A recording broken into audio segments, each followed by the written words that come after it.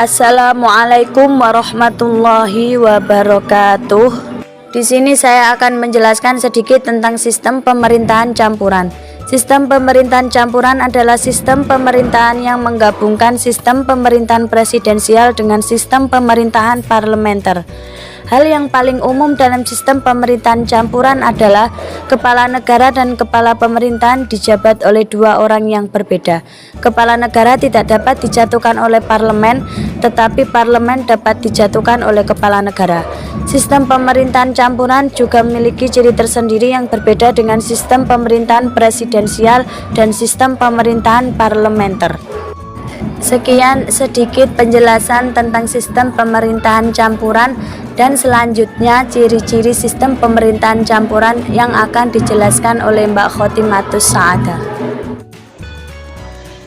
Setelah sedikit banyak mengetahui tentang apa itu sistem pemerintahan campuran, sekarang saya akan menyebutkan apa saja ciri-ciri dari sistem pemerintahan campuran.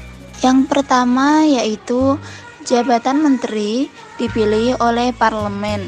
Jadi bukan dipilih oleh presiden ya, akan tapi dipilih oleh parlemen.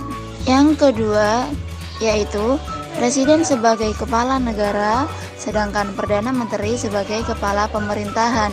Jadi dalam satu negara ini dipimpin oleh dua orang, yakni ada yang menjabat sebagai kepala negara dan ada yang menjabat sebagai kepala pemerintahan. Selanjutnya yaitu ciri-ciri sistem pemerintahan campuran yang nomor 3, yaitu masa jabatan presiden ditentukan pasti dalam konstitusi. Jadi masa jabatan presiden sudah tertulis dalam peraturan-peraturan dasar yang disebut konstitusi. Kemudian yang keempat yaitu kepala negara tidak dapat dijatuhkan oleh parlemen, akan tetapi parlemen dapat dijatuhkan oleh kepala negara. Karena ketika ada suatu masalah pada parlemen, kepala negara akan bertindak atau bisa menjatuhkan parlemen tersebut. Sekarang yang kelima atau yang terakhir yaitu menteri tidak memiliki tanggung jawab secara langsung kepada presiden maupun parlemen, akan tetapi mereka bertanggung jawab sepenuhnya kepada rakyat. Demikianlah yang dapat saya sampaikan mengenai ciri-ciri sistem pemerintahan campuran. Selanjutnya adalah kelebihan sistem pemerintahan campuran. Kelebihan pertama adalah sistem pemerintahan campuran lebih fleksibel atau lentur dalam pembagian tugas antara lembaga legislatif dan juga lembaga eksekutif. Kalian pasti bertanya-tanya kan, kenapa dalam pembagian tugas antara lembaga legislatif dan eksekutif di sistem pemerintahan campuran lebih fleksibel dari pemerintahan lain? Itu karena sistem pemerintahan campuran merupakan upaya mencari jalan tengah untuk mengambil yang terbaik dari sistem parlementer dan presidentil. Jadi, dalam pembagian tugas dapat disesuaikan dengan kondisi negara. Kelebihan yang kedua adalah memberikan fungsi lebih kepada lembaga hukum atau yudikatif dalam mengawasi tindakan lembaga negara. Dalam sistem pemerintahan campuran, lembaga yudikatif atau lembaga pengawas diberikan kewenangan lebih dalam mengawasi lembaga lain agar tidak terjadi penyimpangan dalam menjalankan tugas. Kelebihan yang ketiga adalah penerapan hukum yang lebih jelas antara lembaga satu dengan yang lainnya, sehingga upaya mengatasi penyimpangan lebih nyata. Penerapan hukum dalam sistem pemerintahan campuran dapat dilihat dengan jelas, sehingga upaya mengatasi penyimpangan hukum dapat dilakukan dengan jelas dan lebih nyata. Kelebihan yang keempat adalah lebih mudah mengatur keberlanjutan kebijakan atau program-program setiap lembaga negara. Dalam sistem pemerintahan campuran, pemerintah dapat mengatur program-program pemerintahan dan keberlanjutan kebijakan dengan lebih mudah karena pembagian tugas terhadap lembaga negara dapat dilakukan dengan fleksibel.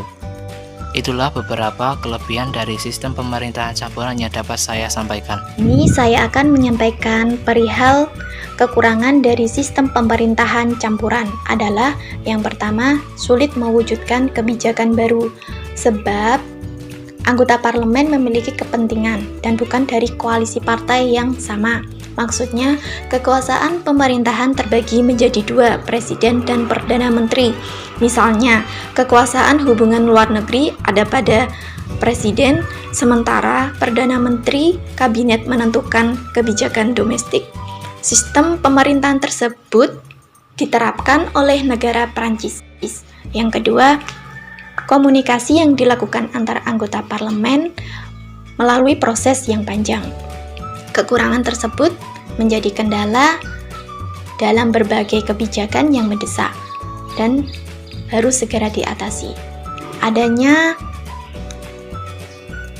ketidakjelasan dalam otoritas pemerintahan akan menimbulkan perpecahan.